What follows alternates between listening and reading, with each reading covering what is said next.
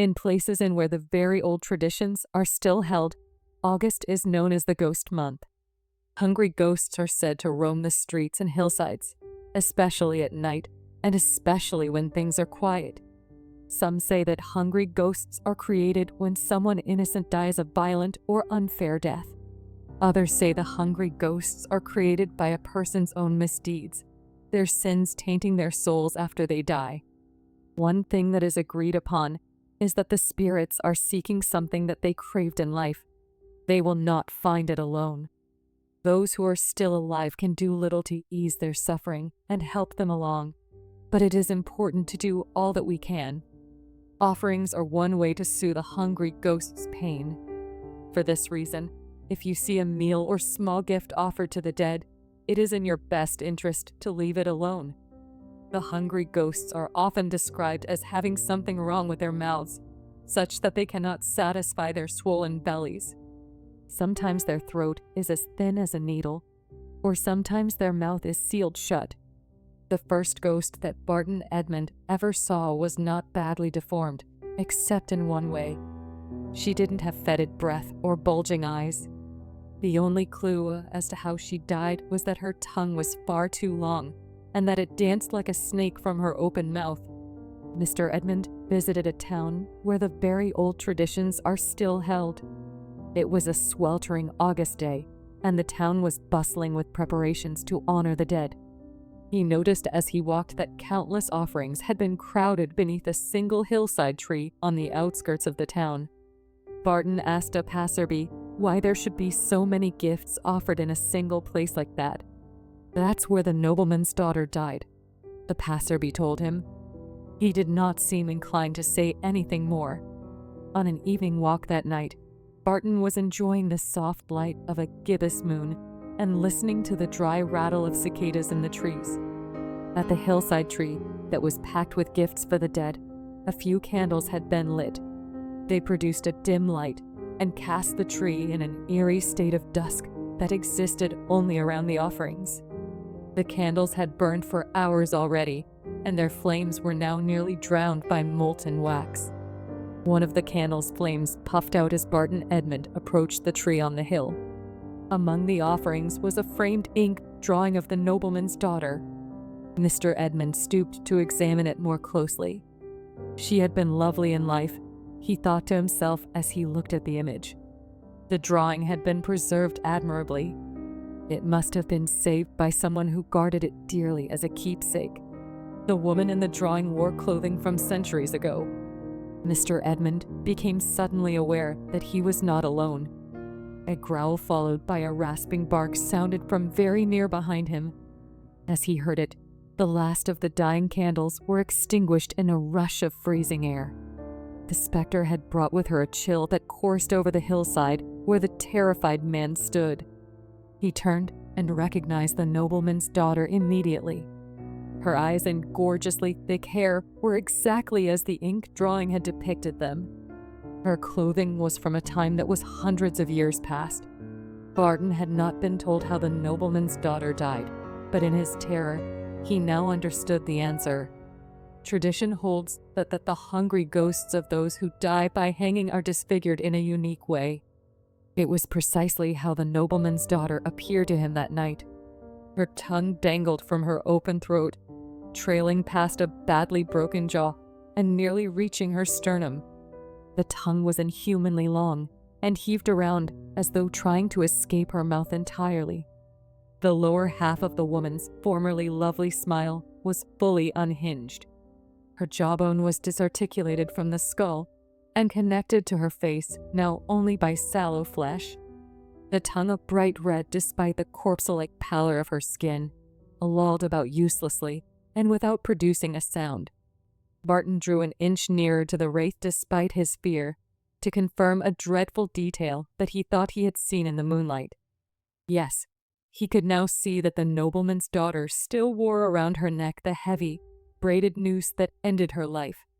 Cinched tightly around her throat, the rope had been cut away past the hangman's knot. The result was a heavy collar that she could not remove. A second rasping bark alerted Barton to the phantasmal beast standing between the spirit and himself. Straining tautly at a chain held by the nobleman's daughter was a deformed and hellish creature. Moving much like a predatory dog, it seemed eager to rip Barton Edmund apart. He had not noticed its presence earlier, because the thing crouched in the shadows of the dead woman's form. It only moved to confront him as he stepped forward toward the nobleman's daughter. The leashed monstrosity was large enough to be a male wolf, but if it was a wolf, then its pelt had gone missing. Rather than fur, the creature was covered with irregular and heavily scarred flesh. In the low light, Barton judged that the hound must have been burned, or perhaps scalded, all over its body. Its skin was a patchwork of necrotic gray and shiny smooth pink. The miserable animal only looked healthy in the places where stretch marks had revealed new flesh from beneath the surface. The ghost of the nobleman's daughter let a few links of the chain slip through her clenched fist, allowing her dog to approach Mr. Edmund more closely. The beast was still raring to attack, and as he fell backwards in terror, Barton saw the yellow gleam of its bared teeth. Worse still, he noticed that it had no eyes or ears. Whatever had damaged the ghoul's skin also left it with dark holes where those sense organs should have been. Scrambling down the hill away from the tree, Barton thought that surely the creature would be upon him at any moment. As he turned to look back toward the shrine of offerings, however, there was suddenly no hint of the woman's presence. Her monstrous pet had disappeared as well. Barton Edmund learned from the townspeople that the woman with the grotesque tongue and the braided rope necklet had taken her own life. It was the end of tragic love story, they told him. Mr. Edmund pressed for more information, but could only learn that the nobleman's daughter once loved the animal trapper's son. The nobleman was a cruel man and hated the animal trapper because of all the noisy and foul-smelling dogs he kept. The nobleman forbade his daughter to be married to the son of a commoner, and especially one whom he detested. When the two lovers would not submit to his demands, the nobleman is said to have done something truly awful. No one Barton asked could say precisely what had transpired, but everyone agreed that after his daughter saw what the nobleman had done, she hanged herself in grief. Mr. Edmund heard deep and rasping barks on the second night that he stayed in that haunted town. Looking out of his room's window, he saw a tall silhouette by the hillside tree where the offerings had been piled. Barton retrieved binoculars from his bag and used them to observe the hill from afar. He felt his pulse turn to ice as the magnified image revealed the woman with the two long tongues staring directly into Barton's lit window. Worse still, as his trembling hands fumbled to focus the binoculars, Mr. Edmund could see that her hellish dog was still hunched in the shadows at her feet. It was also looking in the direction of Barton's window. It stared at him with empty eye sockets and sniffed the air with nostrils that were barely more than snake-like slits in its face. A truly unnatural dog, its snout was truncated and barely pronounced. Except in the way that it moved about, the beast was unlike any species of canine that Mr. Edmund had ever seen. Barton asked those who would answer about monstrous dogs in the village, or whether a ghostly and misshapen wolf had been sighted in the past. Yes, a few brave townsfolk told him, always lowering their voices to a whisper as they did so. We've heard the barking and the baying of an unholy animal on many dark nights. A few had even seen the apparition Barton described, and confirmed that it was always led about by the nobleman's daughter, just as he had seen it. No one could explain how she had obtained such a frightful pet in the afterlife, or why the creature guarded her so jealously. Barton Edmund was maddened by the mystery of it, and so he persisted in his questions.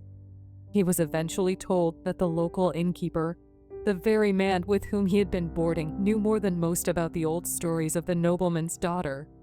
There's no such thing as a demon hound, the innkeeper told Barton gruffly. The only ghosts in this town are the nobleman's daughter and the animal trapper's son. I never saw the animal trapper's son, Barton insisted. The daughter is always alone. There is not another human soul in sight, except for those of us who witness her. The only thing that walks with her is that monstrous, blind dog." "There is no dog," said the innkeeper firmly. The nobleman crippled the trapper's son and forced him for months to walk on all fours. He told the boy that he was just another of his father's filthy curs. He broke the boy's mind with torture and didn't relent until the poor lad truly believed that he was an animal. After the nobleman had taught him to snarl and gnaw at scraps on the floor, the animal trapper's son was presented to the town. After that, the nobleman had the broken son boiled alive, and the nobleman's daughter was forced to watch him die like an animal. What you saw was the daughter and her lover. Despite torment and death, they are still hopelessly devoted to each other. In the morning, Barton Edmund left an offering by the tree on the hill and then fled that place forever. August comes and goes, but countless ghosts remain.